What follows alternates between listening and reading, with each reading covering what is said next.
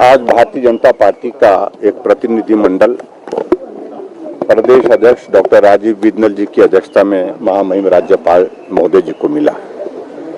हिमाचल प्रदेश में जिस प्रकार से कांग्रेस की सरकार लगातार ऐसे फैसले ले रही है कि जो लोकतंत्र की जो मूल इकाई है उसको कुचल करके रख दिया है।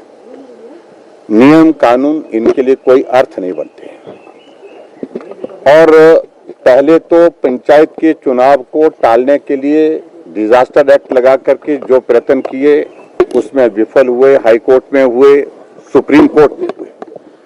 और आज अगर चुनाव हिमाचल प्रदेश में हो रहे हैं तो वो सुप्रीम कोर्ट की डायरेक्शन के मुताबिक, उस फैसले के मुताबिक हो रहे हैं।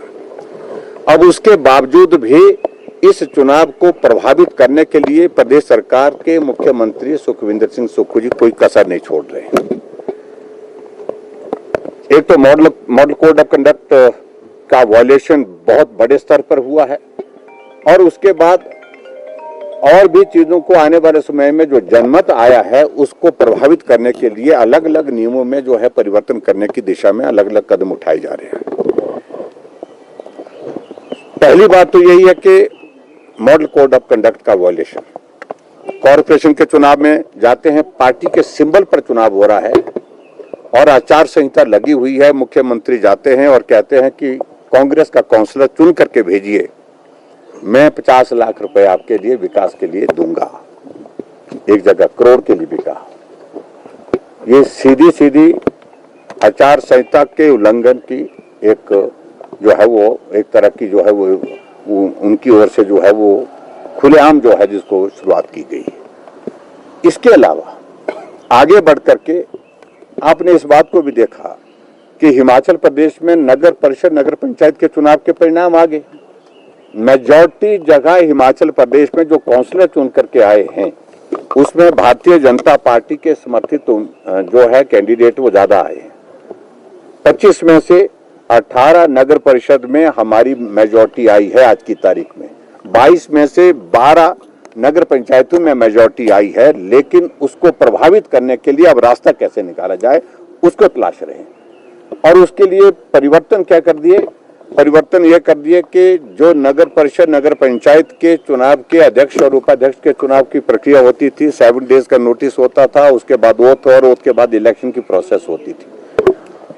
उसमें जो टाइम की जो उसमें जो टाइम पीरियड का जो एक उसमें क्लॉज था उसको ओमिट कर दिया, उसको खत्म कर दिया और डिप्टी कमिश्नर को पावर दे करके आने वाले समय में उसमें ये प्रावधान इस तरह का हो जाएगा कि आप 1 महीने के बाद कराओ, 2 महीने के बाद कराओ, 3 महीने के बाद कराओ, 6 महीने के बाद कराओ।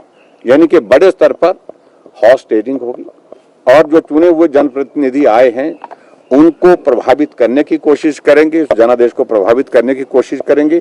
धमकियां दी जा रही है, विजिलेंस के केस आपके खिलाफ खोलेंगे अगर आप हमारा समर्थन नहीं करेंगे। ट्रांसफर के धमकियां दी जा रही है, जिनके परिवार के लोग नौकरी करते हैं उनको कहा जा रहा है कि बदल देंगे। तो इस तरह से उस जनादेश को प्रभावित करने की कोशिश कर रहे हैं।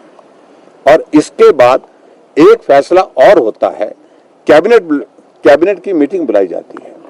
चुनाव में आचार संहिता लगी है, पूरे प्रदेश भर में चुनाव हो रहे हैं और आचार संहिता के बीच में कैबिनेट के फैसले लिए जाते हैं और कहते हैं कि इसकी ऑफिशियल ब्रीफिंग नहीं करेंगे। ऑफिशियल ब्रीफिंग ना करके मीडिया को जो है वो सारे के सारे फैसले बता दिए जाते हैं और फैसले क्या लिए जो चुनाव को प्रभावित करते हैं। गारंटी 1500 की जो महिलाओं को चुनाव से पहले दी थी उसको लागू करने की घोषणा की। क्या ये चुनाव की आचार संहिता का उल्लंघन नहीं है? क्या ये पहले नहीं कर सकते थे या बाद में कर सकते थे?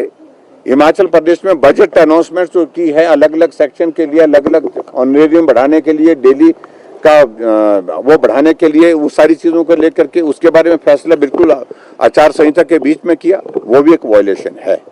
इसलिए हमने उचित समझा कि जिस प्रकार से जनादेश को प्रभावित करने की कोशिश की जा रही है, बाधित करने की कोशिश की जा रही है, कुचलने की कोशिश की जा रही है, महामहिम राज्यपाल महोदय जी को मिलकर के अपनी बात रखी जाए। इसलिए पार्टी अध्यक्ष डॉक्टर राजीव बिंदल जी की अध्यक्षता में जाकर के हमने अपनी बात वहां पर कही है और हमने ये भी कहा है कि इसमें जो नियम और कानून की जिस प्रकार से धज्जियां उड़ाई जा रही हैं उस पर सरकार को कम से कम राज्यपाल महोदय जी के माध्यम से पूछा जाए कि आखिरकार ये सब क्यों है।